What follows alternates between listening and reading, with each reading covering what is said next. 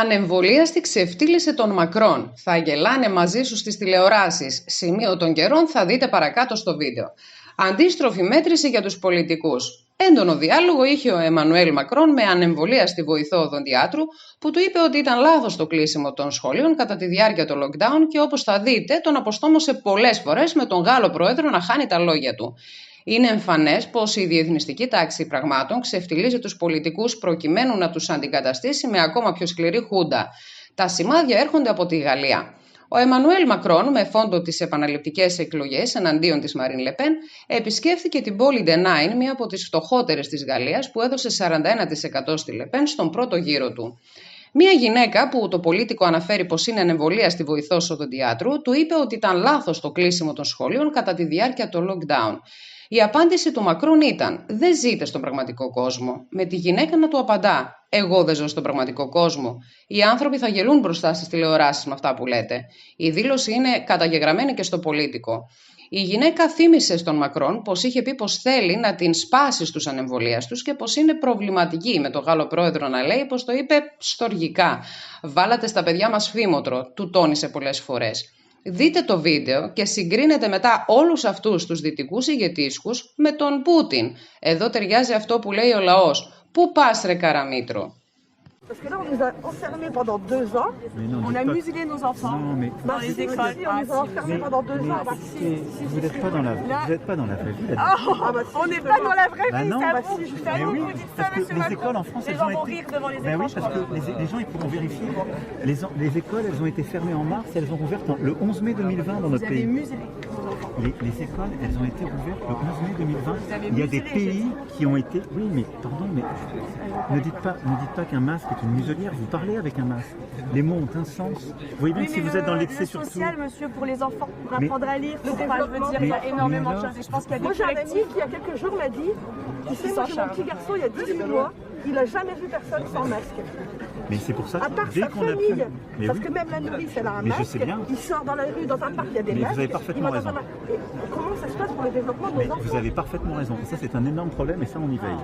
Mais dans beaucoup de pays voisins, et si j'avais écouté les spécialistes, on n'aurait pas remis les écoles, les enfants à l'école le 11 mai 2020. C'est pour ça. Ça ne me dérange pas, moi, monsieur, je pratique le métier. Et ça, c'est pareil. Merci pour le petit. Non, mais... On va pouvoir le faire longtemps.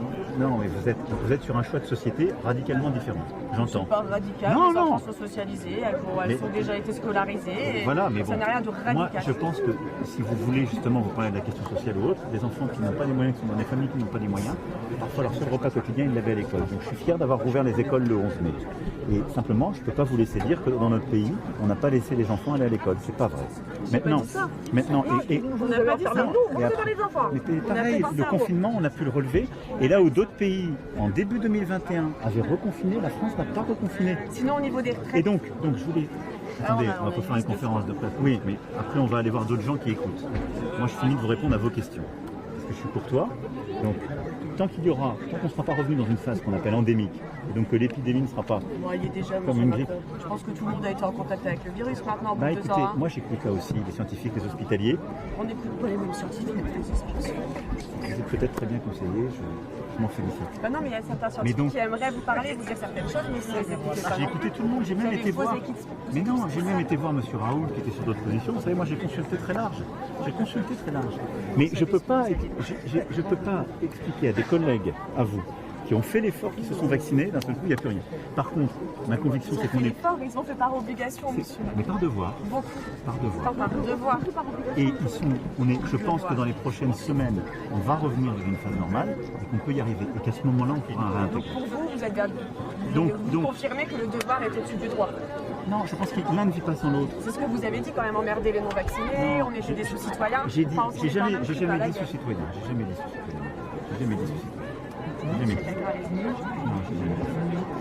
J'ai jamais dit, c'est pas mes femmes.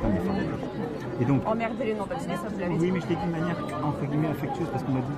D'accord. Non, C'est affectueux d'emmerder les gens, d'accord? Non, Si vous le prenez quand vous le prenez comme une insulte, oui. Non, mais quand vous dites. Quand quelqu'un me dit je t'emmerde, Bon, excusez-moi, je vais monsieur pas Malfranc, je polémiquer dis là-dessus. pas. Ça, c'est une insulte. Gentiment, hein. Non, ça, c'est une insulte, mais c'est pas ce que j'ai dit. Ce n'est pas ce que j'ai dit. Vous avez dit vous emmerdez les Français. Non, j'ai dit, il faut le remettre en contexte, on va pas refaire un film. Il y a certaines de vos confrères soignantes qui, elles, vous voyez, s'étaient vaccinées, avaient dit, les gens qui ne sont pas vaccinés qui arrivent, il ne faudrait plus les soigner. Ce à quoi j'ai répondu, je ne ferai jamais ça comme président. On soignera toujours les gens, quel que soit leur choix. Mais un de mes prédécesseurs, Georges Pompidou, disait, on n'est pas là pour emmerder les Français. Je vous dis, voilà, on met des contraintes. Donc moi, je suis un peu là pour essayer d'emmerder ceux qui ne sont pas vaccinés. C'était pas une insulte, c'était dans un Donc si contexte. vous repassez, ça va aller jusqu'où d'emmerder les vaccinés? Et donc, je dis juste que tant qu'on est dans la phase aiguë, on continuera de mettre des contraintes sur celles et ceux qui soignent. Ensuite, Alors qu'est-ce que vous appelez Madame, phase aiguë? Parce que là, vous venez de dire que ça baisse. Il faut combien de temps de baisse pour que ça se soit fait? regardez dans les hôpitaux, toutes celles et ceux qui sont dans les... J'ai mon filleul qui travaille en Dans les- réanimation, il m'a dit que Eh bien, c'est très bien. Moi, j'entends aussi toutes celles et ceux qui, depuis 2 ans, travaillent d'arrache-pied. C'est ça la réalité. Αν σας άρεσε το βίντεο που παρακολουθήσατε, μην ξεχάσετε να κάνετε like και κοινοποίηση για να φτάνει η αλήθεια πιο μακριά. Κάντε εγγραφή και χτυπήστε το καμπανάκι για να λαμβάνετε ενημερώσεις κάθε φορά που ανεβάζουμε παρόμοια βίντεο ή κάνουμε live εκπομπές.